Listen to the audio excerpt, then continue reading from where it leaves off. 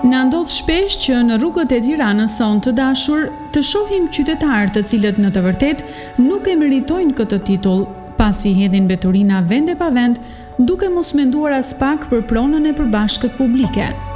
Orët e para të çdo mëngjesi, i gjen punojësit e Bashkisë së Tiranës duke pastruar mbeturinat që pushtojnë në rrugët e kryeqytetit çdo ditë. Por kaq nuk mjafton. Jemi ne përgjegjësit kryesor të ndotjes së shtëpisë son të madhe. Pavarësisht fushatave sensibilizuese apo aksioneve të ndërmarra her pas here për pastrimin e qytetit, gjendja vazhdon të jetë shqetësuese. Duke e konsideruar ndotjen si një nga emergjencat kryesore që kërkon zgjidhje afatgjatë, Bashkia e Tiranës ka ftuar të gjithë qytetarët të i bashkohen një aksioni të madh për pastrimin e çdo cepi të kryeqytetit.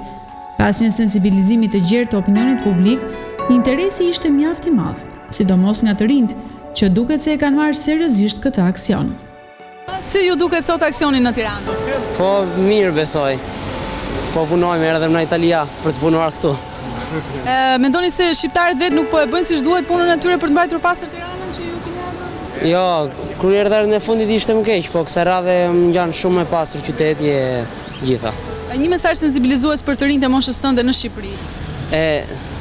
Ndihmoni të gjithë për të mbajtur pastruar qytetin, se është shumë e rëndësishme.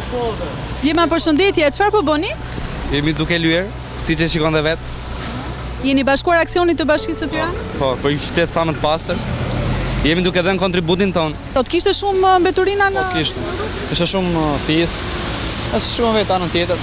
A duhet që të rinjtë sot të jenë më të kujdesshëm ndaj ambientit? Po, do të jenë më të kujdesshëm. Dhe ne jemi për një qytet të pastër, një qytet të bukur, një qytet evropian. Të gjithë vullnetarët tanë janë të organizuar, jemi të shpërndarë në pika të ndryshme për të dhënë kontributin ton për një qytet sa më të pastër, për një qytet evropian. Punonjësit e drejtorisë së shërbimeve të pastrim gjelbërimit dhe komunales, që prej vitesh punojnë për të mbajtur pastër qytetin, kërkojnë sensibilizimin e qytetarëve që mos të hedhin mbeturina në rrugë dhe hapësira publike. Kam 21 vjet pune. Ne si popull ne nuk kemi kujdesi. Neve plerat i hedhim nga balkonet, nga dyqanet, i nxjerrim për jashtë, ne për ditë po heqim qeset e zeza të plerave të dyqaneve. Edhe i themi atyre që i hedhin të dyqaneve që pse i hidhni, pagojmë taksa, thojnë. Edhe neve i themi pagojmë taksat, se çdo gjë është me ke dritat, ke ujt, i vijnë taksat.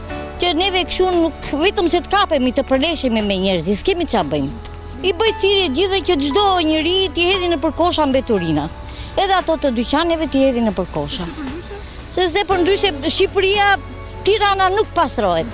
Të ndjeshëm ndaj këtij aksioni kanë qenë edhe të moshuarit, të cilët sipas mundësive janë organizuar dhe janë treguar aktiv për të pastruar ambientet rreth pallateve dhe lagjeve të tyre.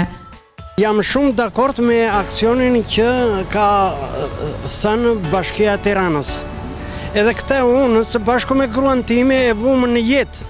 Dolëm në orën 9 pa 5 në shkallë dhe rrotull pallatit me 4 trasta të mëdhaja i mbushëm duke bërë pastrimin ashtu siç duhet.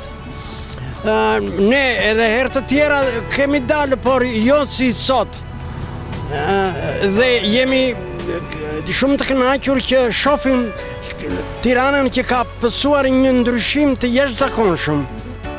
Kjo është panorama e një dite intensive pune për pastrimin e kryeqytetit, ku janë impenjuar të gjithë.